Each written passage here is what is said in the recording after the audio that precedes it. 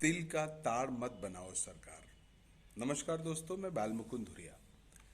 इधर गोरखपुर की एक घटना आप सुर्खियां बटोर रही है और मैं देख रहा हूं नेशनल मीडिया पे, हिंदुस्तान अखबार हो, दैनिक जागरण अखबार हो या कोई भी अखबार हो, बड़ी बड़ी खबरें छप रही हैं। एक नौजवान जो हाथ में नारियल काटने वाला बांका लेके गोरखनाथ मंदिर के गेट पे जाता है, सिपाहियों से मारपीट करता है। सिपाही पकड़ के पीटते पाटते हैं, उसको ले जाके जेल में डाल दिया जाता है। बस बात केवल इतनी है कि उस नौजवान का नाम अहमद मुर्तजा अब्बासी है। अब अहमद मुर्तजा अब्बासी नाम होने के कारण वो विक्षिप्त लड़का जो दिमागी रूप से डिस्टर्ब है, उसके तार इंटरनेशनल आतंकवादियों से जोड़ दिए जा रहे हैं। नेपाल के रास्ते सीरिया भागने वाला था और यूट्यूब से तरह तरह के हमला करने के आइडियाज ले रहा था, और क्या क्या क्या क्या अखबार वाले न छाप दे रहे हो। आप जरा सोचिए, अभी मैं एक इंटरव्यू उनके पिता का देख रहा था।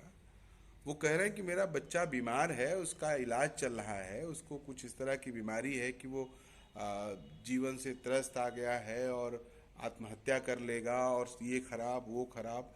समाज को लेके एक अलग तरह से डिप्रेशन उसके भीतर है, और बीमारी किसी को भी हो सकती है। लेकिन चूंकि गोरखनाथ मंदिर पे आतंकी हमला उसने कर दिया, और आतंकी हमला क्या किया कि एक नारियल काटने वाला चाकू लेके कूद के पहुंच गया। अब सरकारों के पास या प्रेस मीडिया के पास इतना ही काम रह गया है, इतना ही काम रह गया है कि एक छोटी सी घटना को मुख्यमंत्री के ऊपर हमला और देश के ऊपर हमला बता के दिखाएं। शर्म आनी चाहिए। अभी मैं देख रहा था मध्य प्रदेश का एक फोटो, आप भी देखिए किस तरह से पत्रकारों को नंगा करके थाने में इलाज किया जा रहा है। आपने अभी देखा उनके पिता का वीडियो। हमले के आरोपी मुर्तजा के पिता मुनीर अहमद इस वक्त मेरे साथ मौजूद हैं। क्या कहेंगे मुनीर साहब, ये क्या पर्चे दिखा रहे हैं? देखिए, अब ये है कि बच्चा मानसिक रोगी है और बचपन से ही मानसिक रोगी था। हम लोग को समझ नहीं आया, लेकिन इसका 25 साल में जो बाइपोलर होता है वो आउटबर्स्ट करता है, यानी अपना को पूरी तरह से वो दिखा देता है, यानी पूरा रौद्र रूप बाइपोलर का जो है ये आता है। तो उसमें अप्रैल 2018 में उसको जो है वो हेलुसिनेशन हुआ। ये सब जामनगर में आजकल उस कंपनी का नाम है न्यारा, वहाँ जा कर के आप चीफ मेडिकल ऑफिसर से बात कर सकते हैं, वहाँ के HR डिपार्टमेंट से बात कर सकते हैं। ये बीमार था, इसको उन्होंने अनफिट किया, इसका ट्रीटमेंट जामनगर में हुआ, फिर बम्बई में वो साइन मेडिकल कॉलेज में इसका doctor Shah professor and head psychiatric department में उन्होंने इलाज किया कई महीने। वहाँ पे ये मानने के लिए तैयार नहीं था कि मैं मानसिक रोगी हूँ, और कहता था दवा नहीं मैं करूँगा मानसिक, और दवा से बोलता था कि भाई, वो बेचारे बहुत समझाते थे, बेटा ये लाइफ लॉन्ग चलने वाली बीमारी है, दवा खाओ। खाता भी था। फिर इसको कैसे हो गई आपको लगता है बीमारी, आप जो बता रहे हैं मुर्तजा को, कैसे हो? ये तो आप साइकेट्रिस्ट लोगों से पूछिए कि कैसे हो गई। ये तो बहुत, किसी को कोई बीमारी हो जाती है तो कैसे हो जाती है। किस तरह से वो अपने बच्चे की बीमारी की बात कह रहे हैं, और आप देख रहे हैं कि रोज महंगाई आपका जान खा रही है। अंबेडकर नगर जैसे जिले में 107 रुपया पेट्रोल का दाम हो गया है।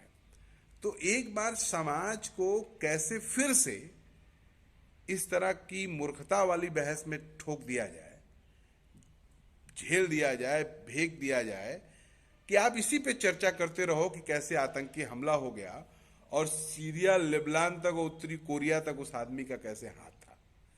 एक पागल नौजवान, दिमागी मेंटल नौजवान, डिस्टर्ब नौजवान, उसका इलाज कराने के बजाय सरकार आप उसका इलाज कर रहे हैं।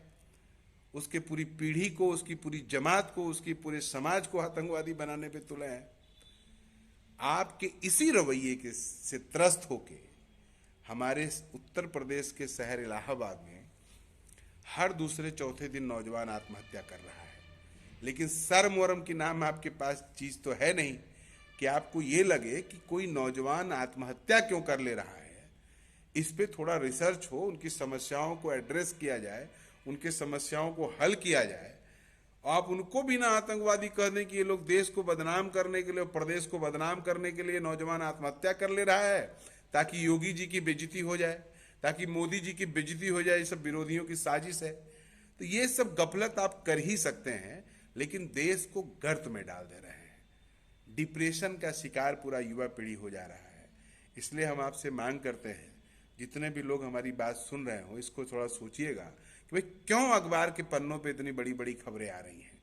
और कल को जब कुछ नहीं निकलेगा और ये साबित हो जाएगा कि लड़का दिमागी डिस्टर्ब था, मेंटल था, उसका इलाज चल रहा था, तो इतनी छोटी खबर छपेगी कि लड़का बीमार था और उसको सरकारी हॉस्पिटल भेज दिया गया।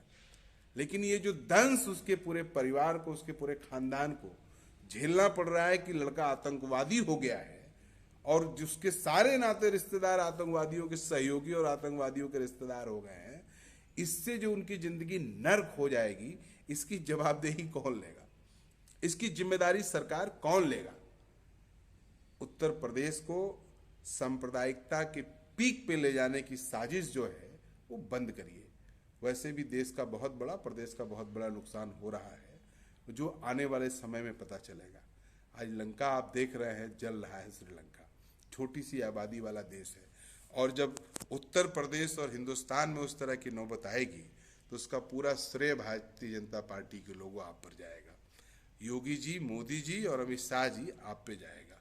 इसलिए प्रेस वालों को अपनी क्षमता को समझना चाहिए और छोटी सी घटना को छोटी ही रहने देना चाहिए, उसके तह में जाना चाहिए और फर्जी तरीके से किसी मेंटल और डिस्टर्ब, मानसिक रूप से विक्षिप्त लड़के को आतंकवादी घोषित करने का बहादुराना काम नहीं करना चाहिए।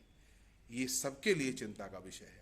सरकार अपना खेल खेल रही है, आपको मूर्ख बना रही है, हमको मूर्ख बना रही है, पूरी सोसाइटी को मूर्ख बना रही है। उसके इस चाल को समझना चाहिए। आशा है आप समझेंगे। हम आहत हैं इससे, हम दुखी हैं इससे कि जिस तरह का माइंड सेट बना रहे हैं, उससे आने वाले समय में और ज़्यादा तकलीफें हमें झेलनी पड़ेंगी। नमस्कार।